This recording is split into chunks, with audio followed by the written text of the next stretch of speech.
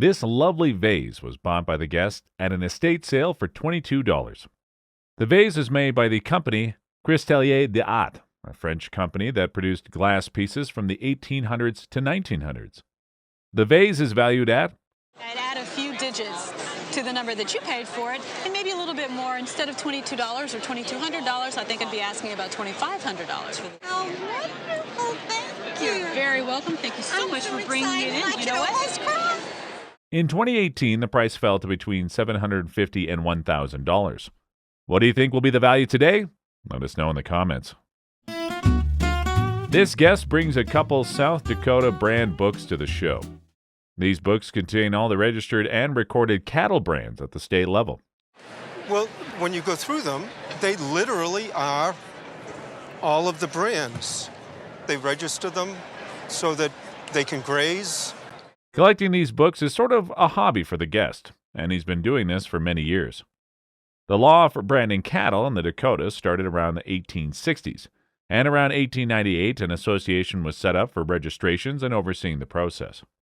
And this is the first brand book that they ever came out with. Several editions of the books exist, as they are updated from time to time. This is the 1901 edition, and it's in very good condition. This one maybe sat in the ranch house or something. And then we get some into the 30s, 40s, 50s. The various editions the guest brings are valued at about... First of all, the first book, which is incredibly rare, even in the condition that it's in, that one would be $1,500, $2,500. The second one that you have, that one probably $750 to $1,000. Yes, Get them. How did this you is pick kind them? of my hobby. It's an everyday hunt for me. I'm always looking for them. I would bet you would have people lining up to get it from you if they could. Thank you. The guest brought in a watch that was gifted by his friend to the show. The watch was originally purchased by the friend's grandfather in the late 1960s. This is an American Waltham Watch Company timepiece from Waltham, Massachusetts. I thought it was a company by the name of Williams. This is an incredible watch that chimes in quarter an hour or tenth of an hour. It features a classic porcelain dial with Roman numerals, indicating that the watch was made in the late 1800s. This watch is a repeater, a rare feature among Waltham watches. Additionally, the watch is in perfect condition, enhancing its valuation. The conservative auction price of this piece is $6,000 to $8,000. Holy smokes.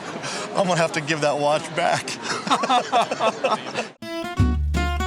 He bought this beautiful artifact in a estate sale in Wisconsin for some $60 from a woman who got it from her uncle from Alaska. The mask is from the Alaskan tribes, probably Inuit, from shamanistic rites. It comes from the 1900s, from a time when the tribes sold their masks, and it's without a doubt authentic, bought for about $1 at the time. A beautiful shamanic artifact that honors American spiritual beliefs. There we go. All right, now just tilt this down a little bit. Now we have this label here, and the label refers to Nootka and Tlingit. It's not that. It has some appendages in it that may affect the value if not real. If this mask is real, but the appendages don't belong, I'm going to say conservatively, at auction, it would be $8,000 to $12,000. But how much is it worth? I think that in this particular case, a private dealer that could explain everything that you and I just talked about, I think you might even find it to be $15,000 to $18,000. That's for sure. Well, thank you much. This exquisite chest of drawers, crafted around 1830, speaks to the grandeur of a bygone era. Originally intended for a large home, it features long drawers that were likely used for storing wine and alcohol, a common feature in homes with multiple family members. Made from a variety of woods, the chest is stained to resemble mahogany, with striking flame birch panels adding a unique touch. Its originality is highlighted by the presence of its original feet, contributing to its value and rarity. Appraised at $4,000 at auction, this chest of drawers is a testament to the craftsmanship of the past. Thank you. He brought this beautiful Peril rug, truly a hidden treasure, that comes from the Cuba district in the Caucasus. The rug is from circa 1892, as it translates from the number in their script. The rug is made with natural dyes, adding a vivid presence to it. even though artificial dyes had already been introduced at the time. The piece has a very recognizable perpendicular design and is in good shape, having been well preserved, which increases its value. But how much is it worth? I would put a value of about $5,000 on this rug in today's market. These beautifully crafted relief plaques belong to the guest's husband, great-great-grandfather, who got them from the Middle East. These plaques date to the middle 19th century, around 1870. They were made by the artist Louis Hottot, who was a 19th century French sculptor specializing in producing orientalistic scenes and figures. And he specialized in these Middle Eastern scenes. When you look at them, you might think that they're made out of bronze, but they're not. They're made out of what we call spelter or white metal. Okay. And then they're painted. They're valued at about... A retail price for the pair of these would be about $5,000. Excellent. This guest brings these lovely Anderins, which he got at a yard sale for $10. These Anderins were made by Gustav Stickley. Stickley was a renowned American furniture maker, publisher, design leader, and premier maker in the arts and crafts movement. The Anderins, which date to 1905, are marked with his name. They're really fantastic, and they have this wonderful little design here, and you have all the great hammering marks on the supports here. This lovely piece of craftsmanship has the appraiser value it at. A retail price for this would be in the $10,000 to $15,000 range. Oh, really? Oh, my God. That's fantastic.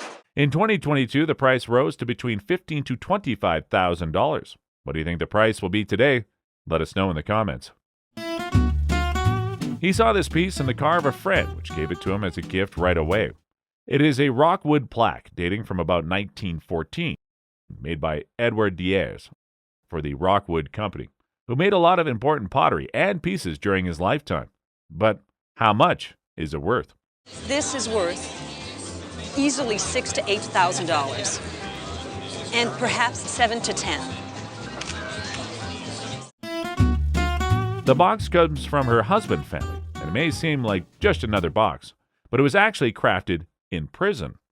The box says this box was made in the Sing Sing prison around 1866 to 1867, and it has a tremendous historical value. Due to its significance, it's worth around $1,200.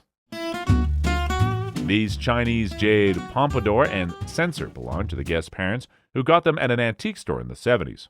These lovely antiques are all handmade and date to between the 18th and 19th centuries. The pompadour was mounted by a famous New York jeweler by the name of Edward Farmer. It doesn't necessarily add to the value, but it ensures its saleability. The censer is most likely an 18th century piece. It is designed in a unique style known as the Mughal style. It is of Chinese origin, but carved in an Indian manner. It was made after jades that were either exported to India or imported from India. One major indicator for it being an 18th century piece is its thickness. It is thicker than later pieces. The later ones are carved like a light bulb. They're very, very thin. Those yellow spots are referred to as just russet markings, and those are just in the nature of the jade itself. Okay. These jades are difficult to exactly date, with an estimate usually the best fit. Mm-hmm. That's why it's 18th, 19th century. Because one of the things, too, is these people were carving in the same style over and over and over through centuries. The appraiser values them at about... This one here, with the farmer name on it, would be probably $6,000 to $8,000. Mm-hmm. The other one that's here, the Mughal one, would be more like $8,000 to $12,000. You're kidding.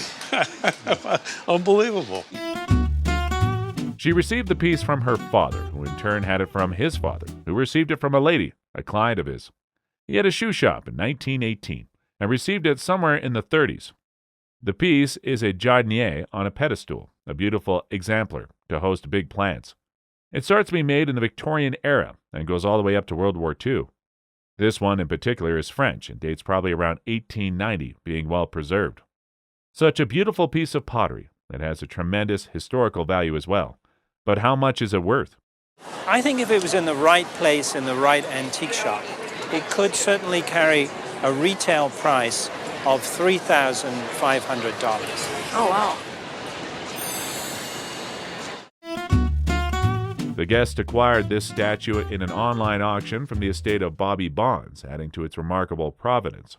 The statue comes with a signed kid's glove and a signed baseball, enhancing its collectible value. Crafted as a limited edition of 200, the statue features a wax mold of May's hand, recreated to capture the moment of his famous catch. The company behind this collectible has a close relationship with the Bonds family, further validating its authenticity. Appraised at a value of $1,200 to $1,500, the statue is a cherished piece of baseball history for any sports enthusiast. It's great. Thank you. This exquisite French clock, known for an annular clock, as collected by the guest's grandfather, a connoisseur of fine antiques. The clock features enameled cartouche numerals with separate rings for hours and minutes.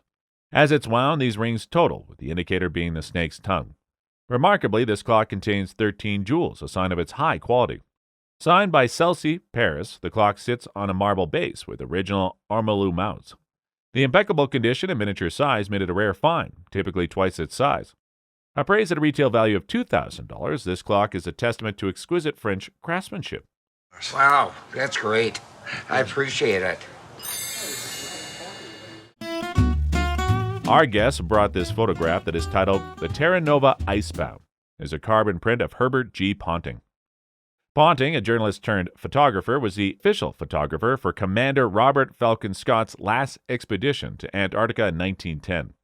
The photograph captures the ship Terra Nova, crew members, Siberian ponies, dogs, and motorized vehicles, documenting the exhibition's journey to the South Pole. Ponting's photographs are highly sought after as both fine art and historical documents, showcasing the beauty of Antarctica and the expedition's challenges. Estimated to be worth between $7,000 to $10,000 at auction, this photograph is a valuable and historical significant piece of exploration history. No way. I didn't realize it was anything like that. This Maurice Braun landscape oil painting was brought to the show by a lucky guest. Maurice Braun was an American artist revered for his impressionist landscape paintings of Southern California. This oil painting on canvas depicts beautiful mountainous landscape surrounded by trees and shrubs. Braun's work serves as a simple reminder of the relationship between humans and nature.